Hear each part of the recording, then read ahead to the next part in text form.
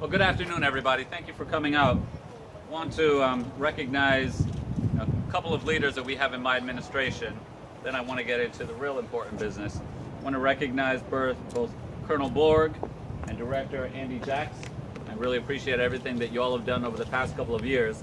But even more important, I want to recognize the guys behind me. We have men and women working throughout the city in the Department of Public Works, in the Parks Department, and in departments throughout the city that are busting their tail every single day to make sure that quality of life in the city of Providence is as high as possible. So I really want to appreciate and thank you guys for all that you do. Thank you very, very much. As many of you know, since I took office, I made public services and efficient integration of technology into city government one of the biggest priorities in City Hall. I want to make sure that Providence City Hall is a city that works, and it's a city that works for everyone. Because the truth is that in the past, Providence has had a reputation where you had to know a guy to get things done in City Hall. Well, I want everyone to know that now you all know a guy. All you have to do is dial 311 and you'll get connected with speedy services to address your needs ASAP. So whether it's streamlining city services, eliminating unnecessary processes, or providing a customer-friendly experience for all of our constituents, every day we're working hard to make city government more accessible, efficient, and transparent. Our DPW, parks, and public safety employees have been out surveying our roads, making sure that we're addressing many of these issues before they become a problem in our community. They've done a tremendous job, but they've done so only because we've had the help of the broader community. We're asking the community to continue to call 311, but we're asking all of our residents to please use the handy PVD 311 app on your smartphone. Send us the information. You can geolocate it automatically, even take a picture of it so we know exactly which issue you're asking us to take care of. Interestingly enough, you can even link a particular pothole to your Facebook page and claim it as your own, and you can keep track of it on your social media as the city works to get it done. So this application and non-emergency telephone services makes it easier than ever to report a pothole here in the city so we can get to it right away. So it allows users to submit requests 24 hours a day, 7 days a week.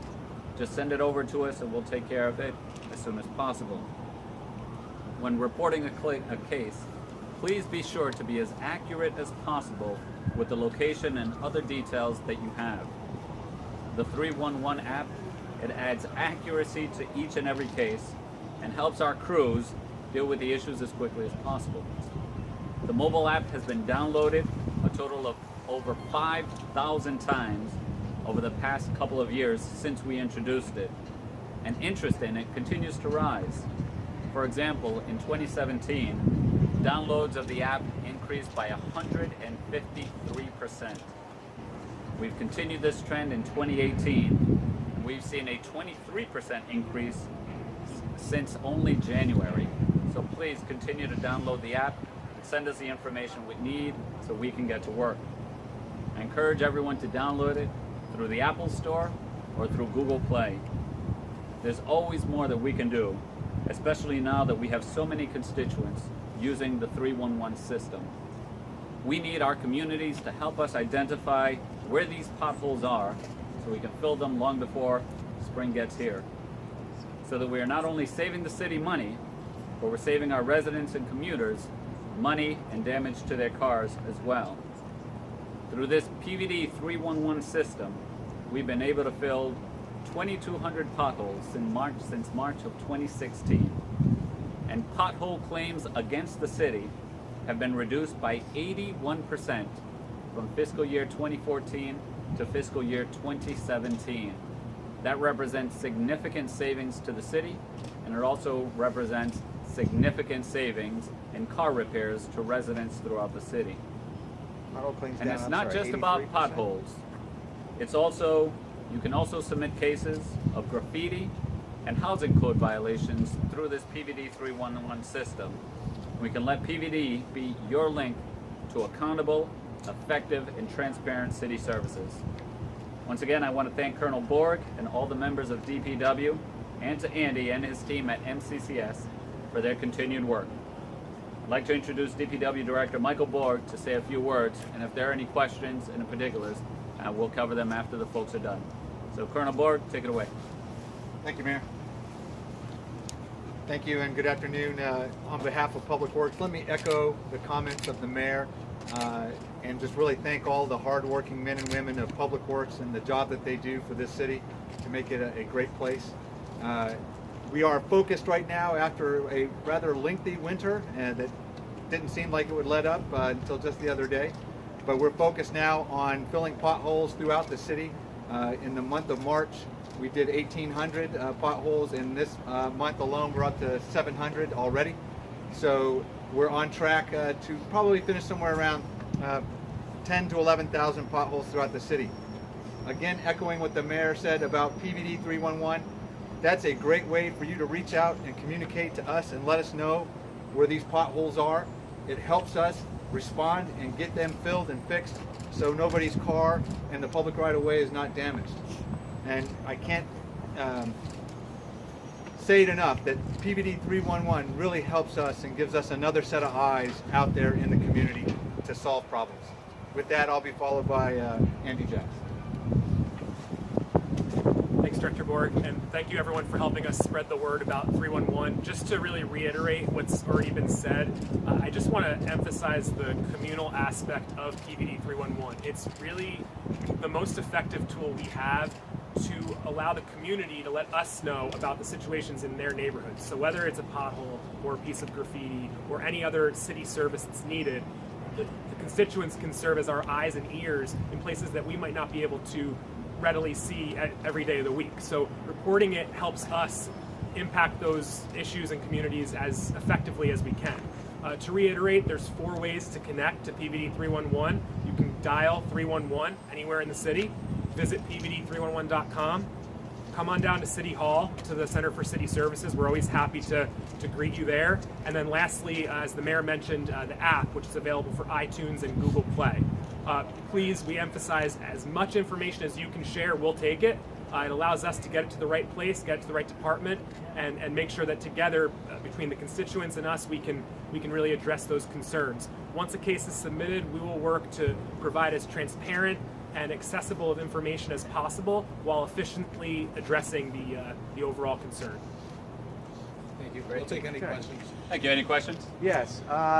Can you make the distinction between wear and tear potholes versus utility temporary patch potholes and issues? Sure. So over the past couple of years, we have declared war on potholes throughout the city, and they're formed in a lot of different ways. The first one are just normal wear and tear. So throughout the city, it gets particularly bad once the asphalt gets old and water seeps into the seams. Once it freezes, it expands, and then once it thaws out, you have that extra space. And in come the plows with moving the snow, and it lifts up the cement, and that's what causes a lot of the potholes that we see throughout the city. Also, any time that you upset the integrity of the surface, such as with utility cutouts, that also runs the risk of allowing water to get into those seams. So the program that we've started over the past several years is keeping closer tabs on these utility cutouts.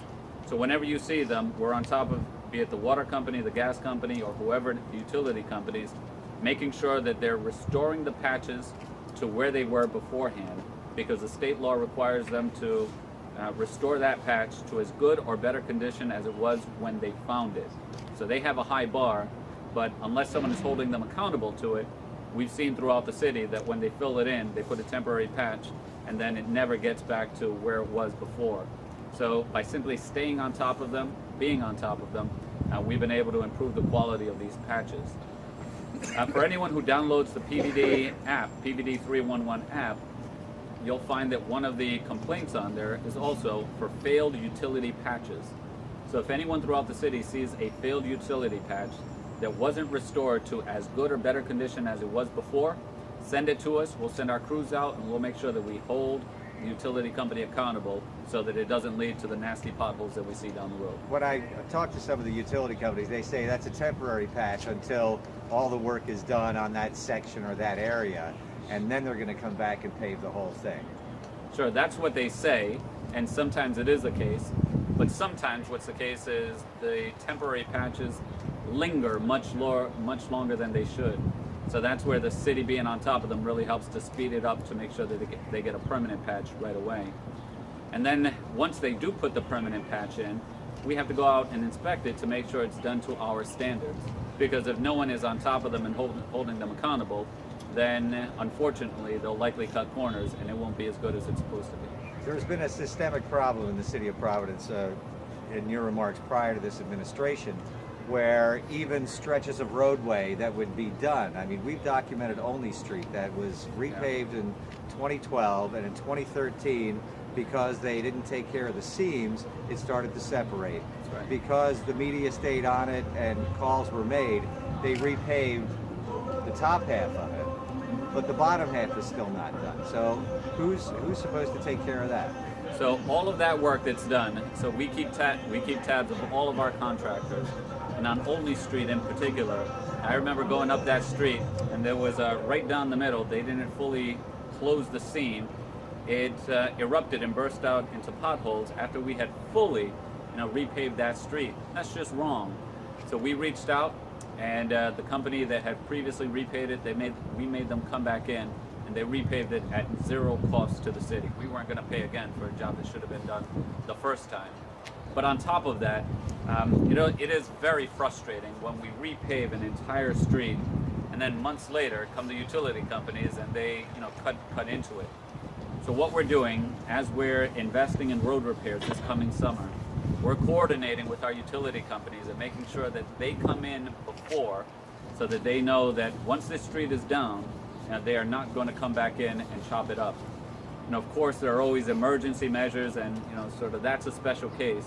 But if there's any scheduled maintenance that they have to do, we're making sure that they get in before we redo a new street, so we don't end up with utility cuts, the next month after we. There's put a new roadway moratorium in. aside from emergencies, right? How long is that moratorium? Say it again. How long is that moratorium? Like for example, Benefit Street. Colonel Borg told me all the utility work is done for this year. They're wrapping up the last of it now. Benefit Street is slated to be repaved from top to bottom. How long's the moratorium for them to dig up again prior with accepting emergencies? So Colonel Borg can comment on this, but my understanding is there's no formal moratorium. Like for example, if there's an emergency, a burst pipe, then you have to get in. Yeah. But if the work has to be done, that's where making sure that we hold them up to the state standard, which is as good or better condition as they found it. Because there is a way to cut into a road and to seal it up so that it's a permanent patch. But a lot of care has to be taken into it, and that's what we've been doing to hold them accountable. As far as the timeline goes, if I report something, what's the average response time that it's going to fix? So our goal is to get to everything within a week. So what we do is we send our crews to different districts throughout the city, and we dedicate a whole day to one area of the city. So if you send it to us, the next time we're in that neighborhood, we will take care of it. Absent some, extraordinary circumstances, we will take care of it within a week. Now, with that said, if there are any emergency repairs that have to be taken care of immediately, we also have at least one crew that can be deployed to different neighborhoods that immediately need the assistance. And so, if it is an emergency, we can get to something within 24 hours. Is it that it will actually be fixed in a week, or is it that it will be seen? No, it'll be fixed in a week. Yeah. Well, like for example, Ellery Street, we had documented that a month or 2 months ago or so, where people were calling us about how bad Ellery was. Stopped over there today, patches are done, but at what point do you say there's so many patches on the street, we got to repave the whole thing? How's that determination That's a made? great question. And so, whenever a pothole appears, we always put a patch in, and by definition, every patch is temporary. The only way to address these issues over the long term is to completely repave the street. So as part of our capital improvement plan, we've deployed these buses that go throughout the city, and they do scans of every single roadway, all 410 miles throughout the city. So we have all of that data right now, and they give a PCI grading to every single street. Now, our goal is to get every neighborhood throughout the city to an average PCI rating of at least 70. So with the $45 million that we're investing in infrastructure this year, we will get every single neighborhood to an average level of PCI level of 70. Now, that doesn't mean that every single street will be above 70. There are still some streets that are below that amount and need repairs. But that's why we have the 5-year plan. So we're making strategic investments in our neighborhoods and in our streets, so that over the long term, we can keep all of our streets at this minimal PCI level of 70, rather than sort of where do we have to invest in today. Instead, what we're doing it strategically, and we're thinking long term. Not only do we have the plan, but we have the resources to do the work. And much of that work, some of it has already begun, but much of it will be done this coming summer. What's PCI Sorry, what does stand for? PCI stand PCI, Pavement Condition Index. pavement condition index. 100 is good, 0 is awful. 0 bad, 100 good. Okay. Can we get Colonel Moore again? Or you? Oh, If I sure. might, I don't know. Do you have a question for Colonel Borg? Yeah, when I spoke last, when I did one of my stories last, you talked about a moratorium. Is there indeed a moratorium? There's actually a moratorium over the winter months where we prevent the road from being opened up by the utilities. And that's put in place because they cannot affect a permanent repair once they complete the work. That has since been lifted, and we're now eligible to work. We do, however, when we look at road repairs, when we're working at it with the utility, if we've gone back in and we've paved a road, we don't want to have the road opened right back up in a week or so later. So if it's an emergency, by all means, we're going to support that utility, get out there, but we're also going to inspect the cut and the patch that they do and make sure that they put in a permanent solution. If it's work that can be scheduled later or wait to preserve the integrity of the pavement, we're going to ask the utility. But it's all done on a case-by-case basis and understanding of what work has to be done and how it best supports the city. But for example, you said that after all the utility work is done this year, that Benefit's going to get the full treatment. Benefit is a road that will need to be repaved, and once it's repaved, if a utility company came to us and asked to open up the road, if it was an emergency, of course we would say yes. If it was a non-emergency, we would ask, what's the benefit to the city? We'd weigh all the different factors involved in making a decision whether to open up that road or not.